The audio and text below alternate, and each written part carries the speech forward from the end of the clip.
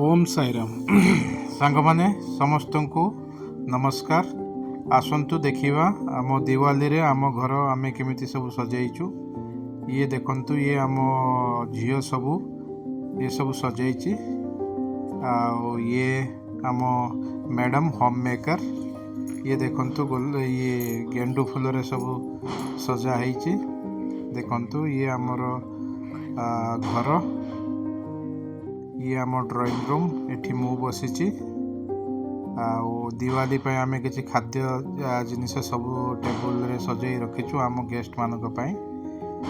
एठी दिल्ली रे सब गेस्ट माने आसंती आउ स्वीट्स एक्सचेंज करंती। ये मो बड़ भाई रो पुओ पुतरा सी दिवाली छुट्टी आम घर को बुलिया पे आसथिला, तो आमे सब मिसी एंजॉय कलु। ये आमर सामना वाला बालकोनी आमे एथे सब दिया लगेइछु आ गेंडू फूल माल रे सजाइछु।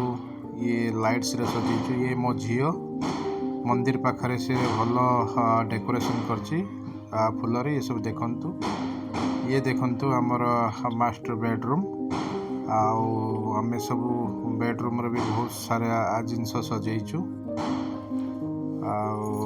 जेटा कि बहुत बढ़िया आमको बहुत खुशी लागेला।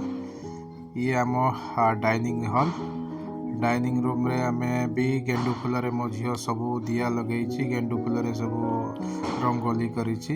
ये मो पछो बालकोनी रे भी सब आम झियो लगाइछि सब दिया लगेइछि। ये आमर किचन रूम को आमे एबे जाउछे। एटा आमर वाश बेसिन्स पाखरे भी आमे नुआ सब किछि डेकोरेट करिछु। ये आम किचन रे भी आमे किछि डेकोरेशन करछु जेटा कि आपण मानको आमे आइडेंटिफाई नहीं करि परिबा नाही।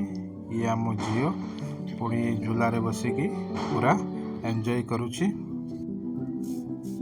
आपण मानको आम घर साजसजा केमिति लागिला कमेंट्स रे निहाती जणाइबे। धन्यवाद, नमस्कार।